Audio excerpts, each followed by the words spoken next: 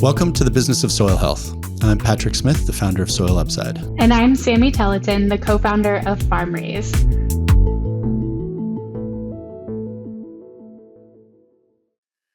It's a real pleasure for me to welcome Alan Williams to the Business of Soil Health today. Alan, thank you so much for joining us.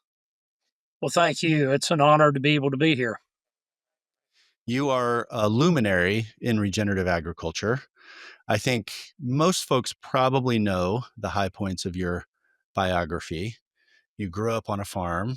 You have a PhD specializing in livestock production. You're a rancher yourself, and you're a partner at one of the leading global agronomy advisory firms, Understanding Agriculture. Was there a light bulb moment for you about ecosystem function as a center of agricultural practice?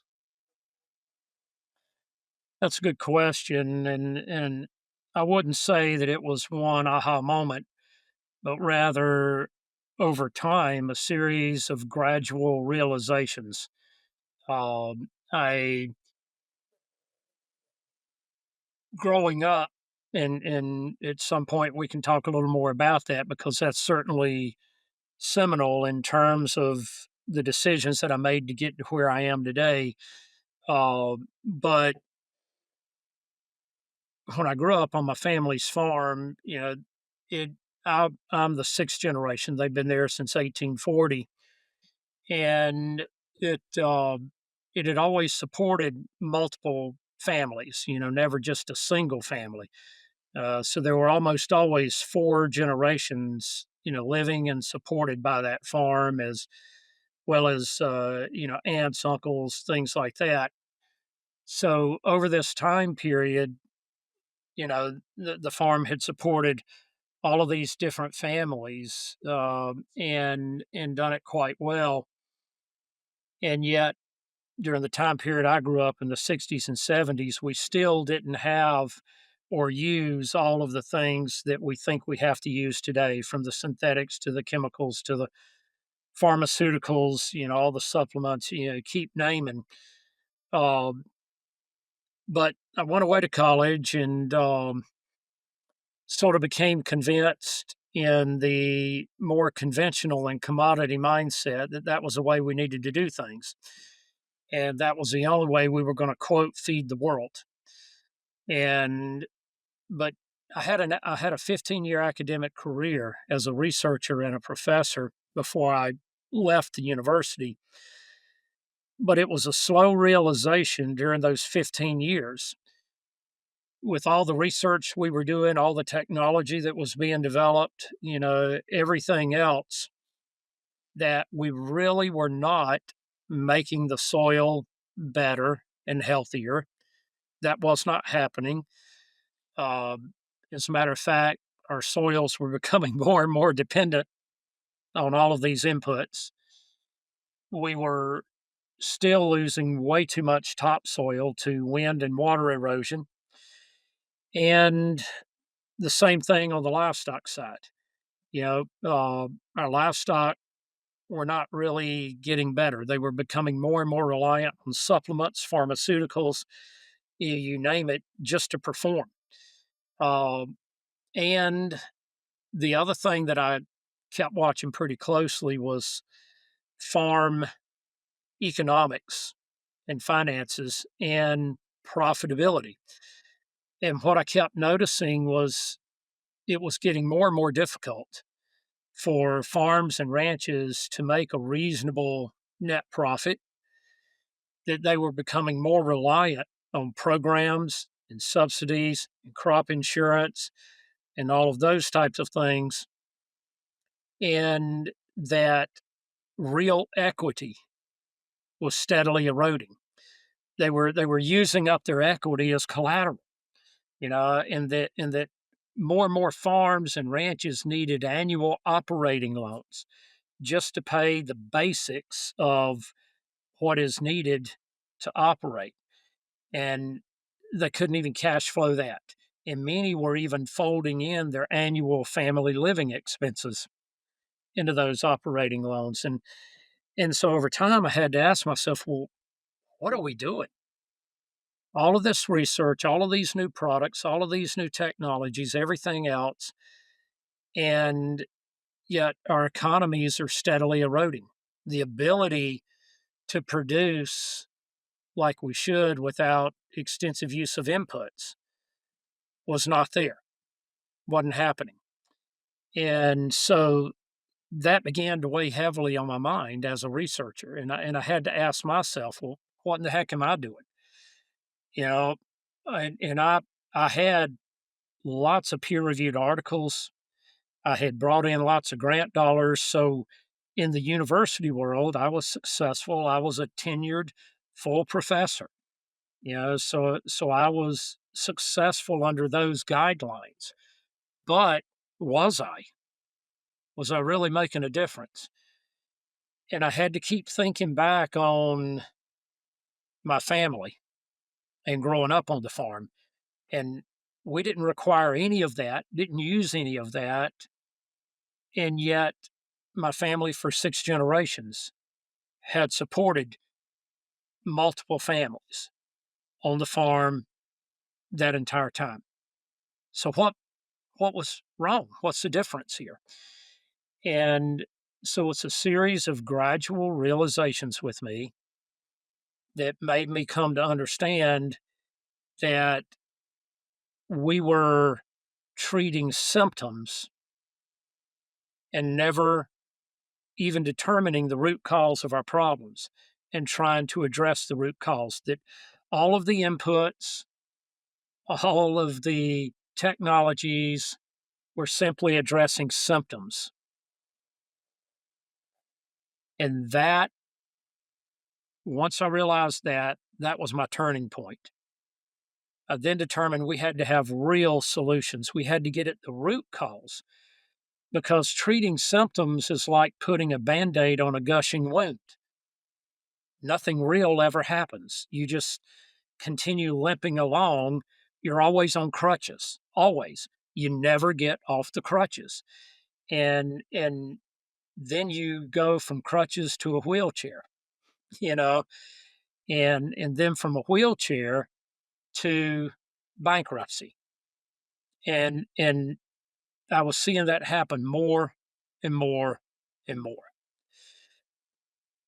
And at first I thought, okay, I'm going to address this through I'm a tenured full professor. I'm 15 years into my career here. So let's address it through the university. Let's address it through our research. But I quickly, and that was 25 years ago when I left the university. Okay. But I quickly discovered that that wasn't going to happen. Number one, our administration had zero interest in that type of research. They didn't want to do it, and they didn't want to dedicate any time and talents to that. Number two, there was no money available. All the grant monies and the funds were for doing all of the things that we've been doing prior, to develop the things that treat symptoms. And why? Because that sells a lot of product and a lot of technologies and a lot of tools. And if you get to the root cause, you don't sell as much of that stuff to the farmers and to the ranchers. And so that became a little antagonistic, right? And let's face it, even back then, and it's even more so today, the vast majority of the research dollars pouring into our universities come from those that are trying to sell something to farmers and ranchers. That's just the way it is. I'm not blaming anybody, anything like that. It's just life as we know it in that spectrum, right? So then I found out that I had a choice to make. I either had to leave the university if I was genuine in what I wanted to do here and really make a real difference and work hard to get at the root cause of our problems, or I could stay at the university, do another 15 years, put in my requisite 30, and retire. That was a difficult decision because you're giving up a guaranteed salary, you're giving up tenure, you're giving up all of the benefits, the retirement, the medical insurance, the life, and everything, everything. that was just there. I had to, if I resigned, none of that was there anymore. But I made the decision to resign. And, but when I did that, I knew that going back to farming and ranching full time, I had to do it very differently. You know, I could not do it the way that I had been a part of at the university. That was not going to work. And at that point in time, I was flying by the seat of my pants. We didn't even use or recognize the term regenerative in the early 2000s. It just wasn't a term that was being used out there. So I didn't even have a term for it, to be honest with you. I just knew that I couldn't do it the way that it's been done, or I was repeating the mistakes that all of us have been making for the last 3+ decades. So it was trial and error until I made enough mistakes and learned from them that, I started figuring this out a little bit. You talk a lot about addressing the symptoms versus the root cause and your own journey and recognizing that we are truly just addressing the symptoms with a lot of the more accepted ways of doing agriculture. So, in your experience, what do you see as the root cause for the soil and economic erosion that you've borne witness to? Boy, that is an absolutely outstanding question. And so let me start with this in a typical row cropping scenario. Let's say a Midwestern row cropping scenario. And, so treating the symptoms would be tiling our land and then installing center pivots. Okay. So that will be an example. So we're tiling why? To remove water. So we can get in the spring typically and work our fields to plant our cash crops. So we tile to remove water, then we put in pivots to add water. Okay. So we're spending money to remove water, then we're spending additional money to add water, right? Whereas if you look at this, guys, so for quite some time, practically anywhere in most regions of the US, certainly in my region here in the South and throughout the vast majority of the Midwest, farmers using no tile, no irrigation made good profits for decades. Okay. And here in the South for more than 200 years without either of those made made good profits and made good progress farming. But all of a sudden now we need the tile, now we need the pivots, all of these other things. So why do we need the tile and why do we need the pivots? It's the same reason. Okay, the foundational reason here. So again, they're the band-aids, they're treating the symptoms, but the symptoms they're creating are poorly functioning soil. So we're tiling and we're adding irrigation because we have poorly functioning soil. Why do we have poorly functioning soil? Because we have so damaged the biology of our soil. So that's really the key here. And see, that's the other thing that we've done over the last 8+ decades now is through standard soil testing, we have treated the soil as if it were nothing but a giant chemistry set, and that all we Mhm. got to do is add chemistry back to the soil, and voila, everything grows and we're good. Well, the problem with that is that all of that addition of chemistry over the last 8+ decades has also significantly damaged the biology and therefore the ultimate structure of the soil. Because if we don't have good biology, we also don't have good structure. Okay. The two go absolutely hand in hand. You cannot separate them. So that's really the crux of the matter. If we focus on fixing the biology of the soil, to where our soils are deeply and extensively aggregated. And any soil type can aggregate. Doesn't matter what the soil type is. So if we really fix the biology, now we've got soils that are deeply and extensively aggregated. They can infiltrate water and retain that water. Now, if I can infiltrate and retain water, I don't need tile to remove water, because the water that I'm trying to remove with the tile is the water that can't infiltrate. That's what you're trying to remove, Right. because infiltrated water is never a problem. Okay.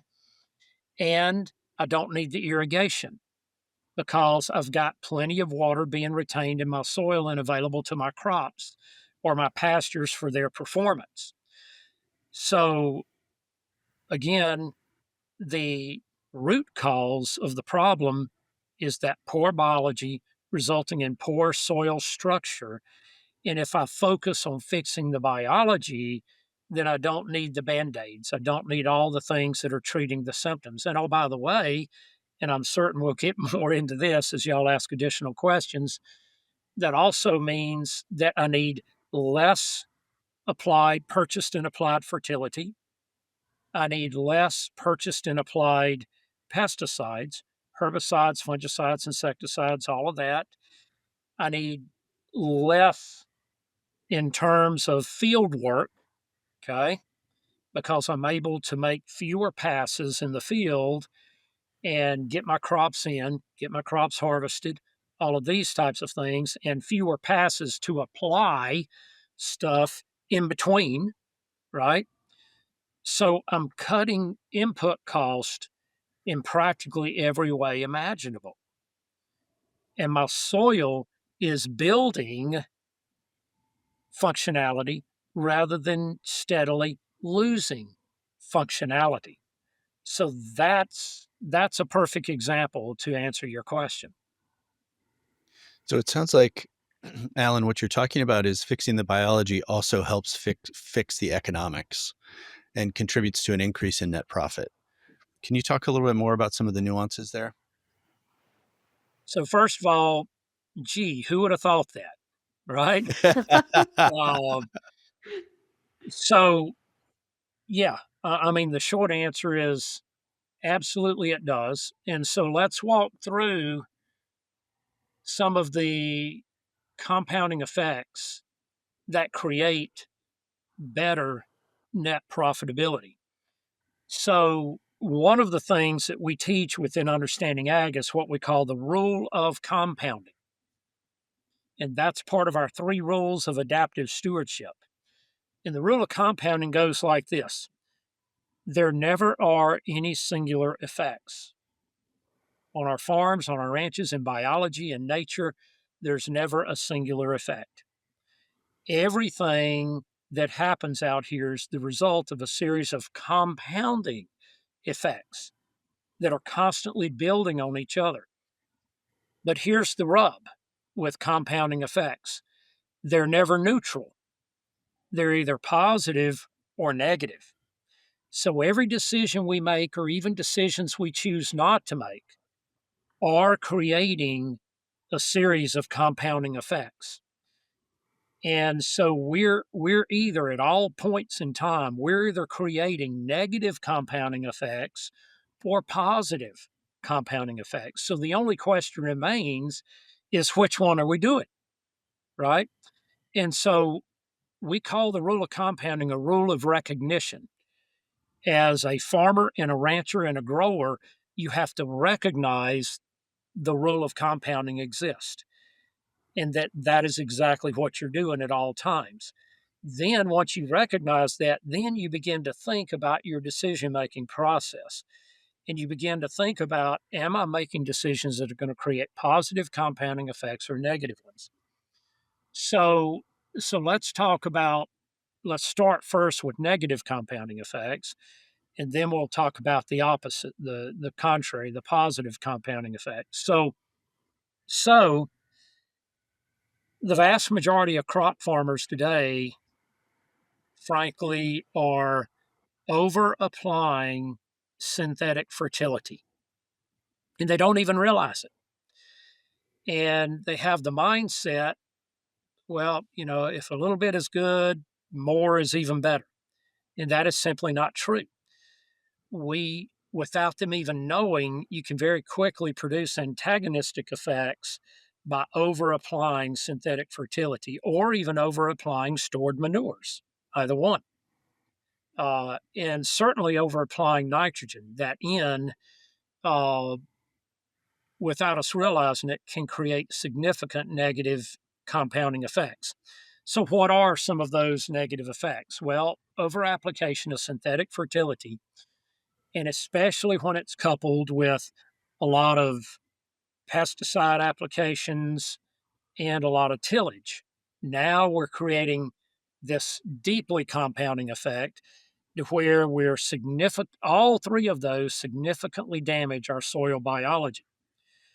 They damage our mycorrhizal fungi, our saprophytic fungi populations, and they damage our appropriate soil bacterial and protozoal populations. So as we do that, then what is the result?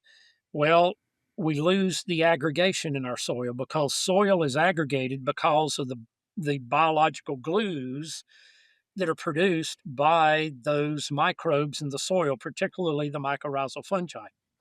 And as we lose the biological glues, we lose the aggregation. And of course, tillage breaks up the aggregates anyway, right?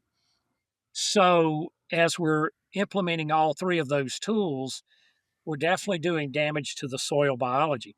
That also means that our soil then, when we lose the aggregation, then the soil collapses on itself. So it becomes more compacted and then plated. So we get we develop a hard pan at some depth, and then we get multiple plated layers above that hard pan.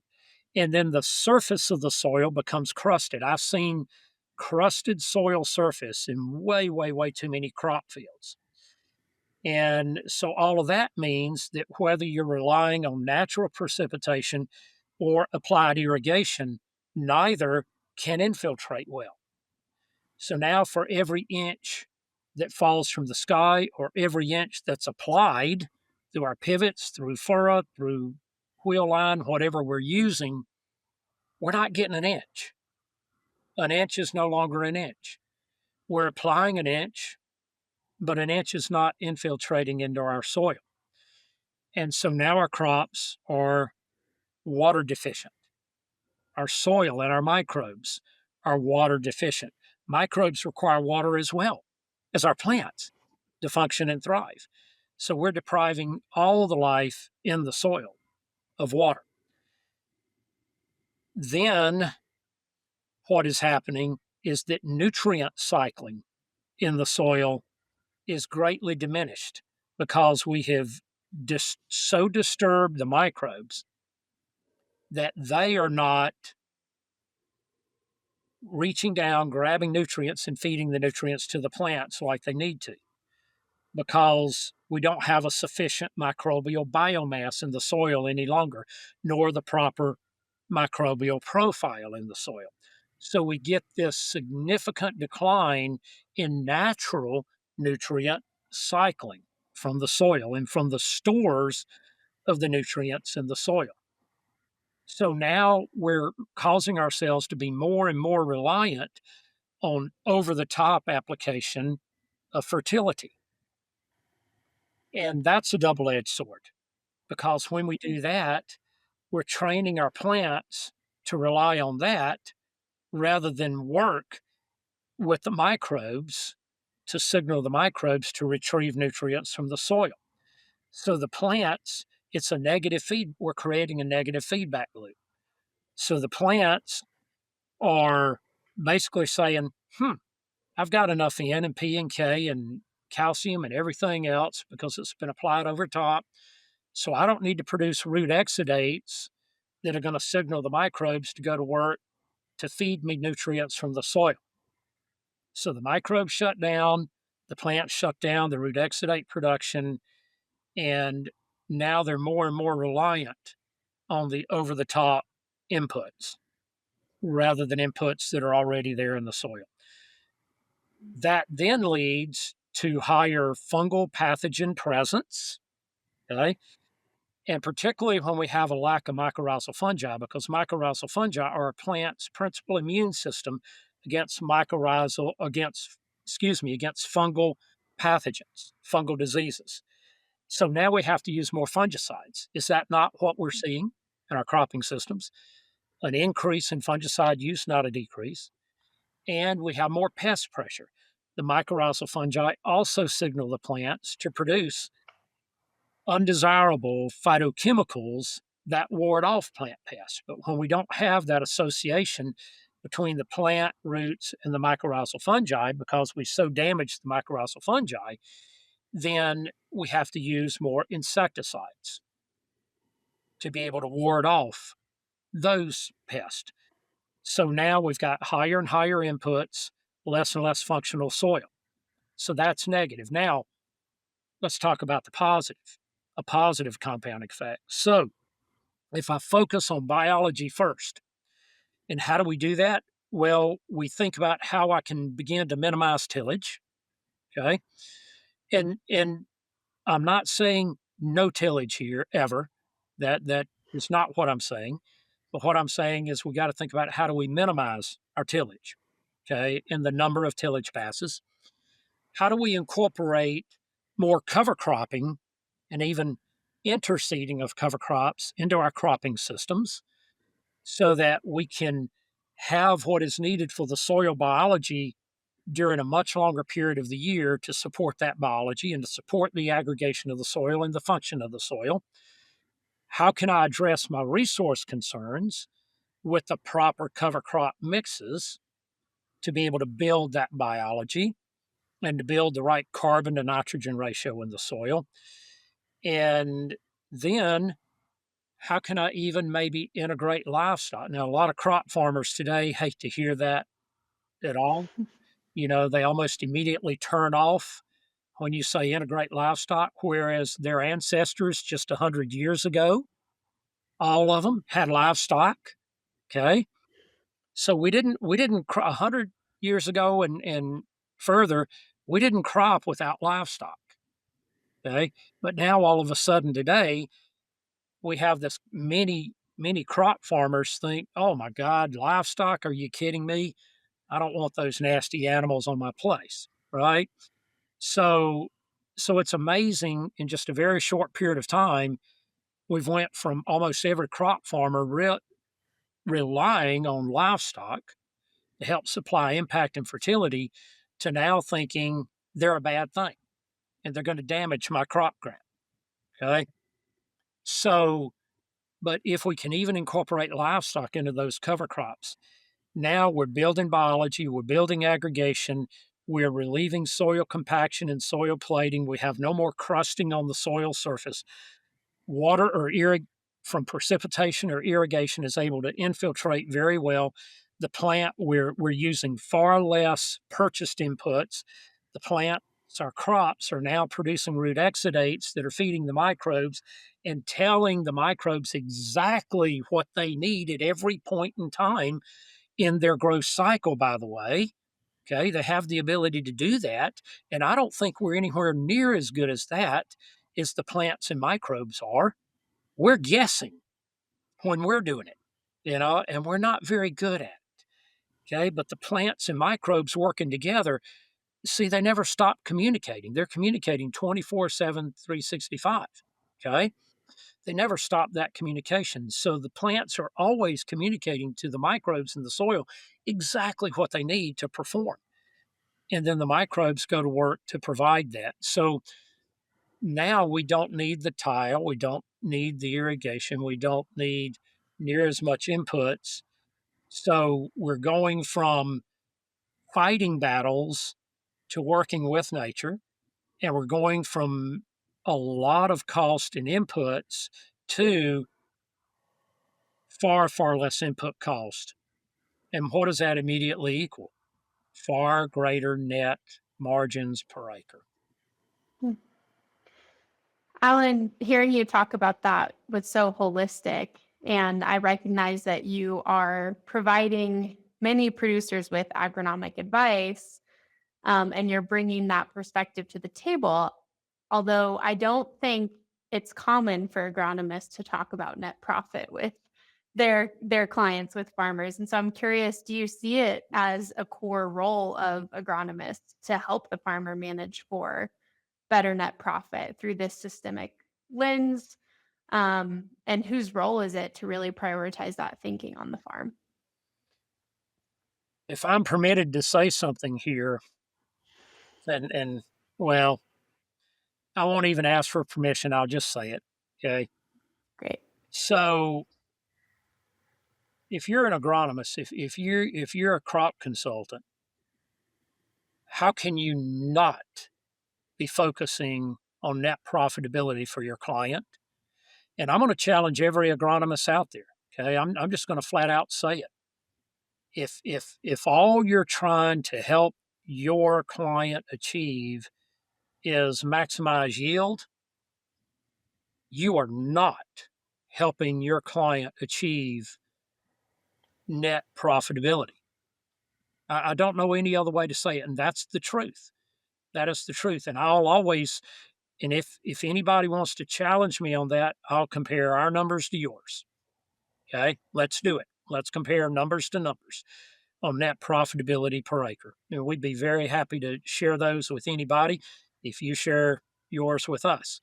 But how can you be a consultant and not focus on net profitability? That just boggles my mind.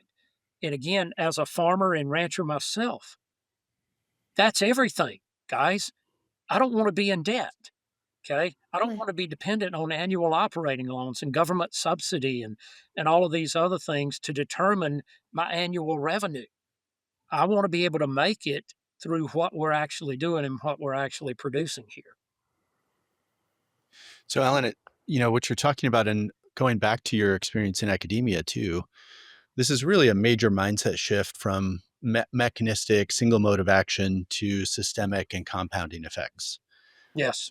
But that comes with, for producers, that comes with a lot of economic risk.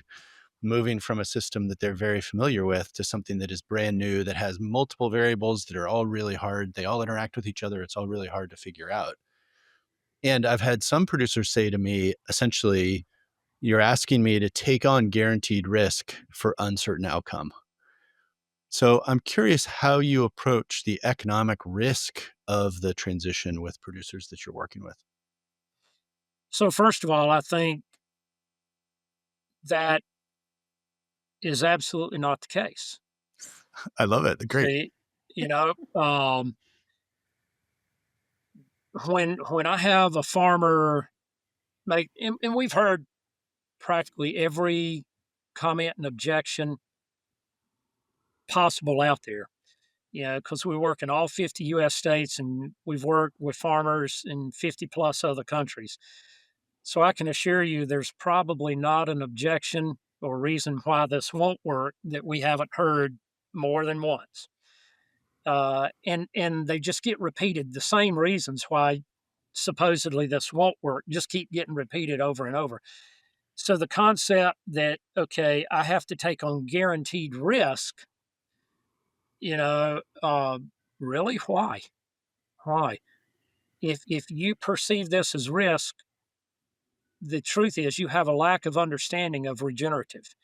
And that's where we must start. We must start with helping you understand as a farmer, as a producer, what regenerative really is. You know, and I think far too many farmers confuse practices with principles. Let me give you an example. So, no-till is not a principle of regenerative agriculture. It is a practice. It is a tool. Okay, and no-till can be bad. It can be poorly done and produce poor results. I'll readily state that. Or it can produce outstanding results. You have to no-till within your context. Okay, or they confuse cover cropping. It's a practice, not a principle. Nowhere in the principles of regenerative agriculture do you see no-till or cover crops. Okay. They're practices that done well and done within context can help you properly apply the principles of regenerative agriculture. And regenerative agriculture also is not all or none. We're not asking producers to transition, you know, to certified organic. Now, if they so choose to in the future, well, guess what? Starting with regenerative allows them to be able to transition at a future point much more readily to successful organic agriculture. Okay. So it's a journey, not a destination. And every principle, first of all, you must understand the principles and you must understand how to apply those principles within your very specific individual farm context. This is not a recipe, a formula, or prescription. It's not a generic prescription, okay? That just every farm just does this. But that's what they're often taught and told that's regenerative. But that's a litmus test for regenerative. If it's prescriptive, it's not regenerative. Rather, the way you have to think about this is how can I not transition to regenerative? Because if I continue to do what I'm doing right now, all I'm going to do is continue to require more and more inputs in the future. I'm going to continue with my debt and maybe even increasing debt. And I'm going to continue with my reliance on the crop insurance program, other programs, and other subsidies. You're never going to get off that hamster wheel. You know, it's just not going to happen. So this frees you from that. And it does not mean you have all these inherent risk. Where's the risk? Nope. We take you step by step by step. Here's the deal, guys. Most of the clients that we work with actually make more net profit in year one of their regenerative transition than they were making prior. Now, does that mean they have as high a yield or whatever? Maybe, maybe not. But they're making more net profit. They're better able to service the debt that they currently have. They are creating and building greater resilience. That's what we want to achieve. So we're actually providing freedom to farmers, not restrictions. And the other thing with regenerative is that every tool is still in your toolbox. You're not immediately eradicating tools, they're all still there. We're just helping you to determine, first of all, do you really need a certain tool or not? Because oftentimes they're just using them because that's what they were taught to do. And it's the way they have been doing things. Okay. So do you really need it or not? And if you do need it at that point in time, how do you use it judiciously? And how do you immediately follow up the use of that tool with regenerative principles and practices? Right. So that's really that's a great question, Patrick, but that's what this is all about. It is not a risk, it is actually de risking your farming. That was a great illustration, Alan, of how regeneration changes agricultural economics so fundamentally. It really shifts the um, the equation towards net profit and away from solving for just yield. And in that, you talked about practices and principles, that there is no prescription, and you mentioned organic. So I'm curious, do you think that organic agriculture is required for farms to be regenerative, or maybe an end result of a transition to a fully regenerative system? Like, how would you think about that relationship between regenerative ag and organic ag? Yeah, that's a very good question. So, do you have to be certified organic to be regenerative? Well, the answer is no, you do not. But the natural progression is whether you want to be certified organic or not. Okay, so let's make a differentiation between farming organically and being an actual certified organic farm. They may not be the same. We have a lot of clients that are farming organically, but they're they they are not certified organic because at this point in time, it's just not providing them with any real benefits. You know, uh, over and above their current markets. So, for instance, our farm, we are farming organically. If you come onto our farm, you won't see anything that is disallowed through the NOP. Nothing at all. You know, uh, you won't find any synthetics. You won't find any herbicides or fungicides or insecticides, or we don't even use parasiticides. I mean, on and on. You won't find any of that. Okay. But we're not certified organic because it's just not an advantage to us. But all of our customers know we're farming regeneratively, and that almost uh, by happenstance, we're also farming organically. You know, so the natural progression is absolutely as you continue to farm organically, you'll need less and less of the things that may disqualify you from being certified organic, and that is very much a natural progression. So it makes it much easier for you to qualify for certified organic if you so desire. And to me, that's a very, very good thing because over the past 3 decades, we really haven't grown in the US. We really haven't grown certified organic acres substantially compared to total agricultural acres. Okay.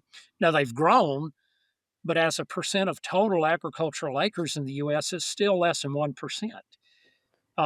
So, this is a way that if the desire is to go more and more towards organic in the future, this is the path to get there. And it's the path for farmers to get there profitably. Because if they're trying to make that transition from conventional, boom, all the way to organic, you're at least 3 years minimum, 3 years of transition before you can even begin to qualify for organic certification. And many of them are 5 years from that point. Okay. And because to do that transition, 80 to 90% of the current tools that they are using are now immediately no longer in their toolbox. Now they're losing money for that next 3 to 5 years in that transition. So they got to have some outside financing or help in some way to be able to make that transition.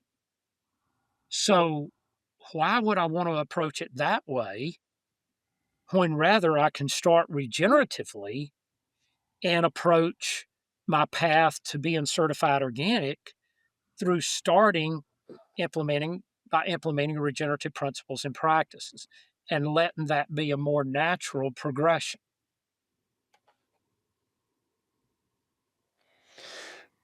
It makes a ton of sense. It solves really the major economic barrier that organic presents to producers. Another thing that I've heard from producers, and as a matter of fact, processors too, is where are the premiums? Like, show me the premiums. And in some ways, that discounts the net profit conversation. Um, Not necessarily on the processor side, but on the producer side. It just makes it, I think, simpler to make the case for transition if there are tangible premiums. But it also is a really important lever to the economic upside, in addition to net profit.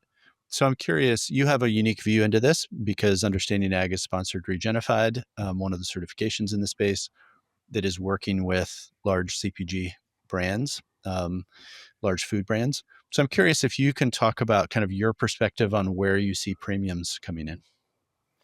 Yeah. So through Regenified, we have people that are dedicated to finding markets for regeneratively produced products, food and fiber, grains, proteins, specialty crops.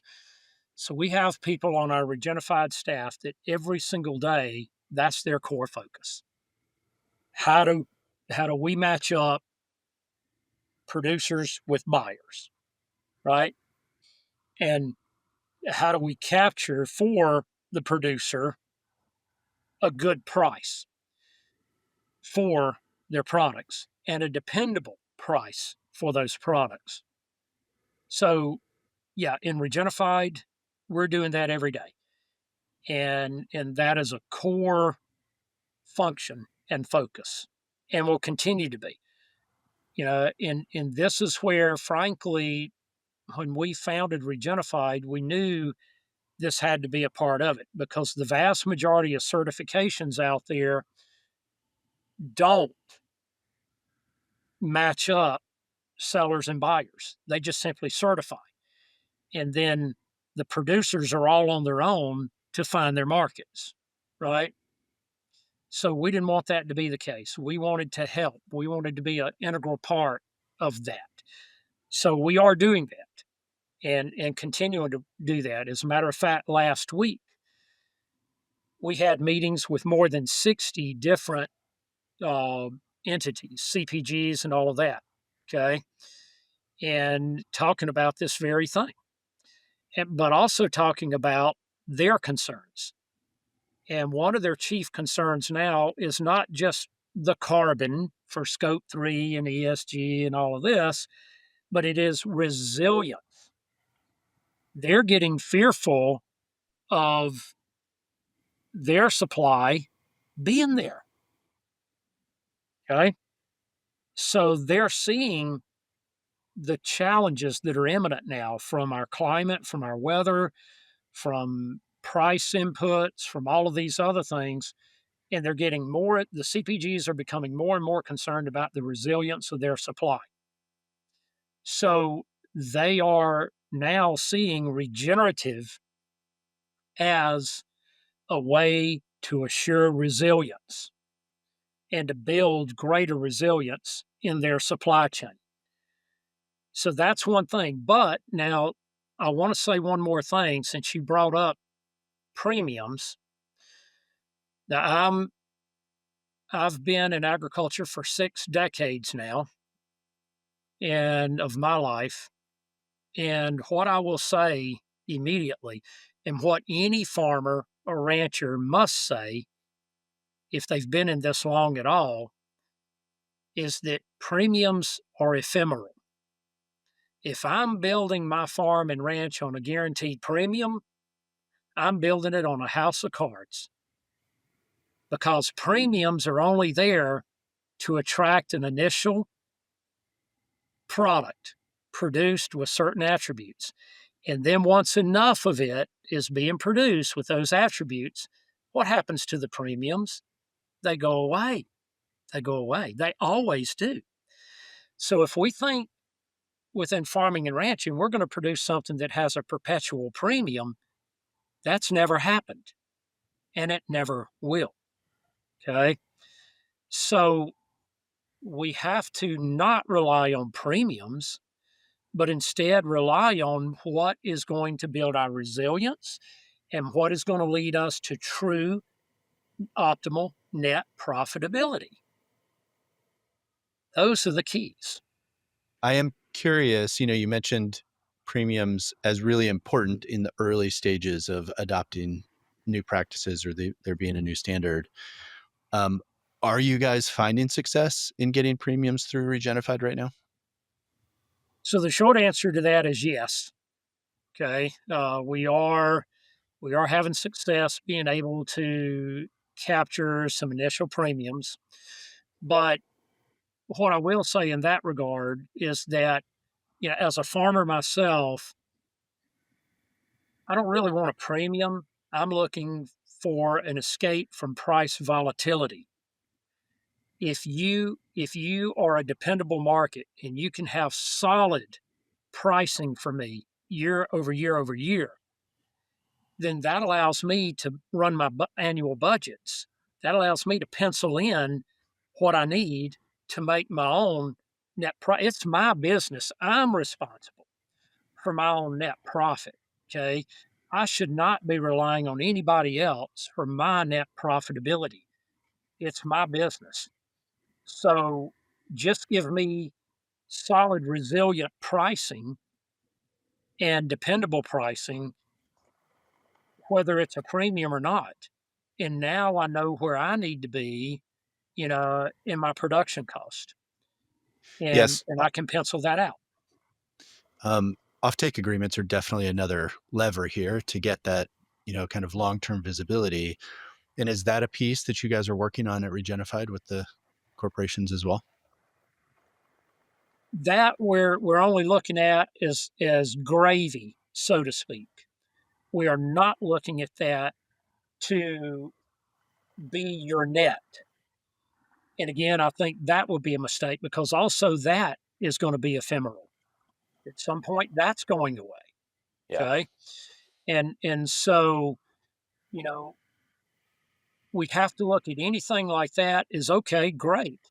If I can capture that for a while, that's a net on top of my net, you know, and that's wonderful. As we say down here in the deep south, that's lagniappe, right?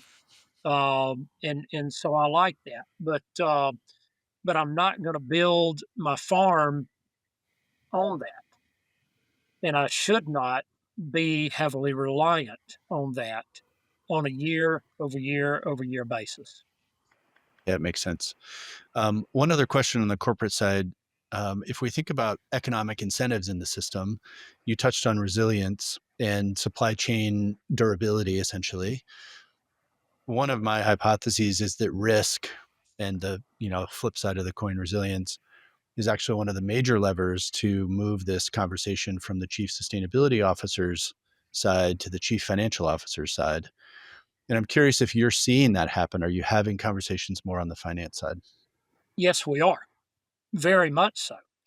And, so the people that we're meeting with in these major corporations are not just the sustainability folks. We're meeting with, you know, many of their key decision makers, including their CEOs. We're meeting with their global strategy officers. We're meeting with their supply chain officers, and so forth. So, it's across the board. I mean, they now realize that, this goes far above and beyond just the sustainability aspect of what they're doing, and this permeates every part of their business. Yeah, that's exciting to hear. Um, to me, they That's really seem hopeful. mhm. They seem to have such a lever in the system, and it's not related to government incentives. It's not related to political, whatever, however the winds blow politically. Um, and there can actually be real capital invested in the system for the to encourage transition and soil biology investment. Um, let's see. Let me pause for just a second. I think we're getting close to wrapping up. We've been recording now for almost an hour. Um, Sami, did you have any closing questions, or Alan, are there any things that you'd like us to hit before we or as we close out? I have a few ideas, but Alan, I'm curious what else is on your brain. Well, I like, the trend of the conversation here. I think that, we need to sort of put a bow on it relative to, okay, you know, what are people's next steps? What can they feasibly do if they're interested in this? Now what? I agree. So, Right. Alan, for folks listening, if they're interested in this and they want to take some next steps, now what? What would you recommend? So the first thing is I'll address this by starting with the three principal barriers for why farmers, ranchers, and growers have not, for the ones that haven't, have not adopted regenerative principles and practices. The first is lack of awareness and education.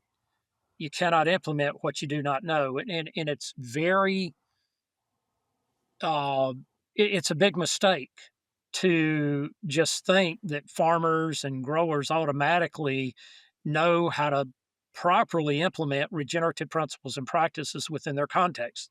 Most don't. Again, because we haven't been taught this. It's not because we're dumb, we're stupid, we're not. Farmers and ranchers are among some of the smartest people out there, but we all have things that we don't know. So they need to start with that education. And that education has to be from people that do this. You know, in having been a university researcher and professor, I can say that just because you're a university faculty or extension or NRCS or whatever, that also does not confer on you inherent knowledge of regenerative agriculture and how to teach that to a farmer or a rancher. So they need to learn from real farmers, real ranchers. They need to be taught by real farmers, real ranchers that have been down this journey. That's first and foremost. So they need that education. The second barrier is peer pressure, and it's very real. And, you know, a middle school playground has nothing on peer pressure to the pressure we put on ourselves, you know, and that peer pressure can come from other family members. It can come from your neighbors and your friends. It comes from everybody that drives down your farm lane to sell you something. It can come, unfortunately, from our lenders, from our universities, even from our USDA. There's peer pressure coming from many, many angles, and it's very real. And so the way we help to resolve that is in the process of your education, we also help to form peer to peer support groups and mentorship because you're going to need that. Okay. You got to have others that you can go to when everybody around you is putting all this peer pressure on you and calling you an idiot and telling you that won't work and asking you, why are you doing that? And see, if that's all you're hearing, almost any of us after a while are going to think, wow, well, everybody's telling me this won't work. I must be the one that's wrong, right? So you've got to have that peer to peer network and that mentorship to help you. So we help resolve that as well. And then the third barrier is debt load.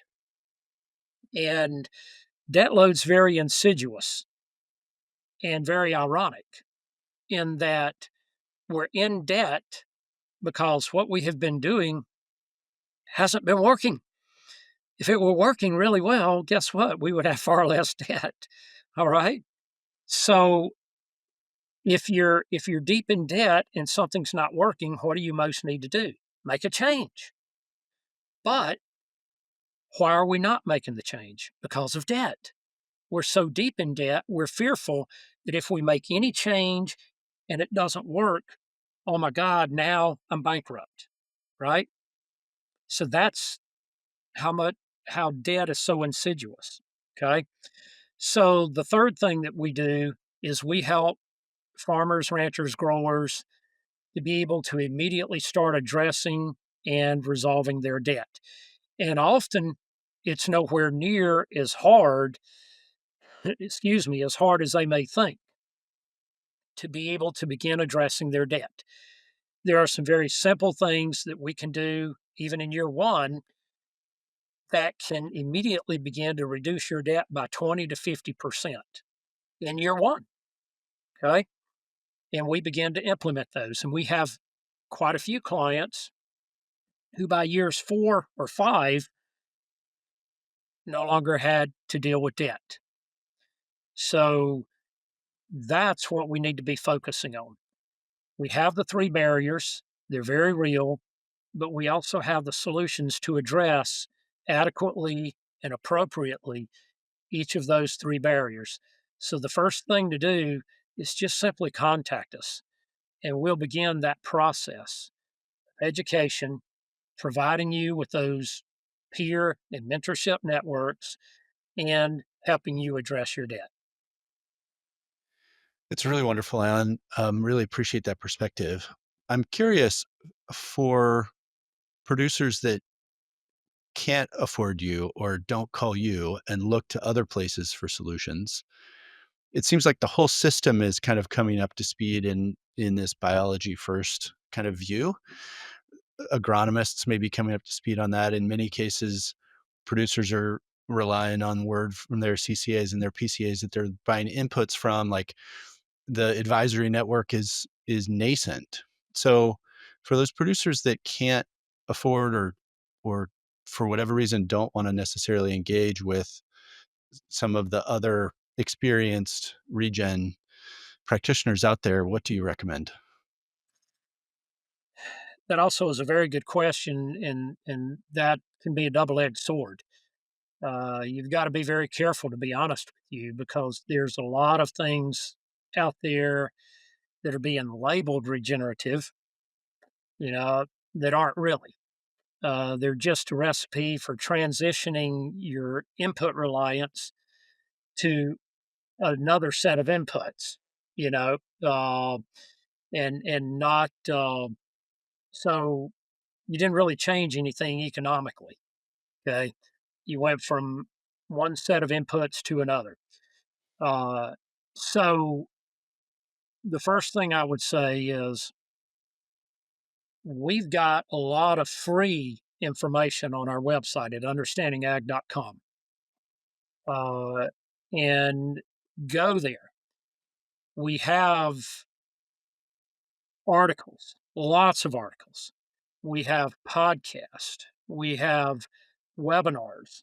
We have case studies, all of these things.